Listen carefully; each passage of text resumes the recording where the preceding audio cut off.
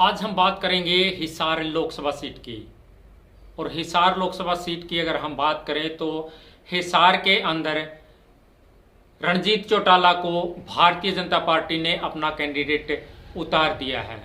इसके अलावा अगर हम बात करें बहुजन समाज पार्टी की तो देशराज मास्टर को टिकट मिल चुकी है। देशराज मास्टर जो कि बरवाला से है, उन्होंने अपनी ताल ठोक दी है और बहुजन समाज पार्टी की तरफ से देशराज मास्टर प्रत्याशी बन चुके हैं। वहीं अगर हम बात करें आईएनएलडी की तो आईएनएलडी में भी सुनैना चौटाला लगभग फाइनल है। वो अपना चुनाव प्रचार अभियान भी शुरू कर चुकी है, लेकिन आधिकारिक घोषणा अभी तक नहीं हुई है।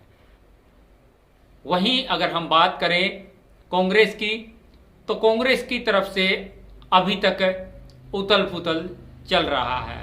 अब इस सीट पर क्या होने वाला है वो देखने वाली बात रहेगी, लेकिन संभावनाओं की अगर बात करें तो संभावनाओं के अनुसार यहां से जयप्रकाश जेपी का भी नाम चला, वहीं चंद्रमोहन बिश्नोई का भी नाम चला।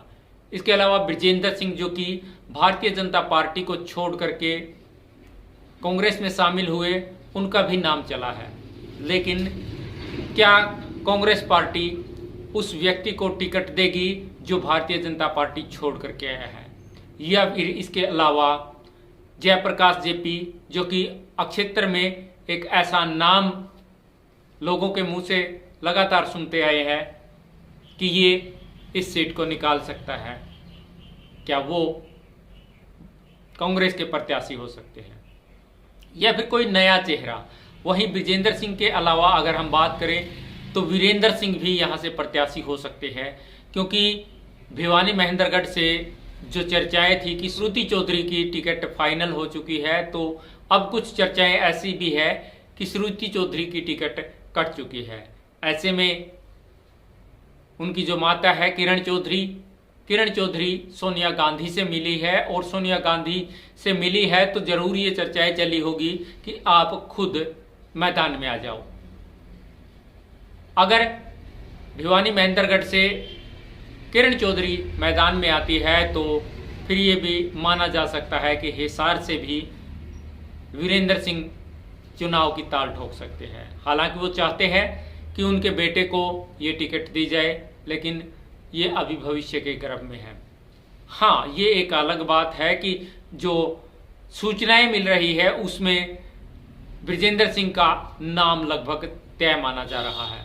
जिस प्रकार से हिसार लोकसभा की जो रण है हिसार लोकसभा का, उसमें क्या कुछ रहने वाला है, ये एक बड़ा सवाल बनता है।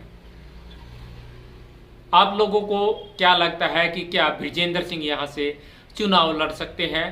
तो फिर जननायक जनता पार्टी की तरफ से प्रत्याशी कौन होगा? हालांकि जो चर्चाएं चली थी वो चर्चाएं थी कि सुनैना चौटाला जो कि दुष्यंत चौटाला की माता है वो चुनाव में आ सकती है, लेकिन अगर बृजेंद्र सिंह यहां से चुनाव लड़ते हैं तो क्या फिर दुष्यंत चौटाला खुद हिसार के मैदान में कूद पड़ेंगे? ऐसे में देखना यह होगा कि फिर मुकाबला क्या होता है। बृजेंद्र सिंह को टिकट मिलने के बाद क्या ये मुकाबला त्रिकोणीय हो जाएगा, और उस त्रिकोणीय मुकाबले में क्या बीजेपी कांग्रेस के अलावा देवीलाल की जो दो पार्टियां हैं, जननायक जनता पार्टी और आईएनएलडी यानी कि इनेलो, क्या ये त्रिकोणीय मुकाबले में शामिल हो पाएगी? एक बड़ी बात ये रहने वाली है।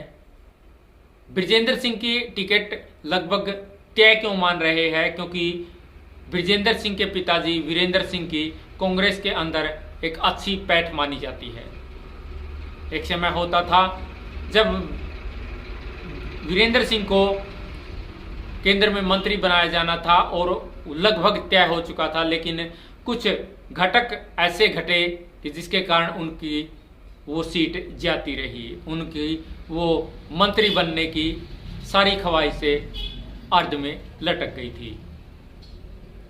अब क्या कांग्रेस उस का जो खामियाजा है वो पूरा कर पाएगी, या फिर कोई और नया समीकरण लगा करके यहां से किसी नए प्रत्याशी को मैदान में उतारेगी? लोगों के अंदर की जो भावनाएं हैं वो दिन प्रतिदिन सामने आ रही है। तो ऐसे में क्या लगता है आप लोगों को कि हिसार की जो सीट है वो कौन निकाल पाएगा?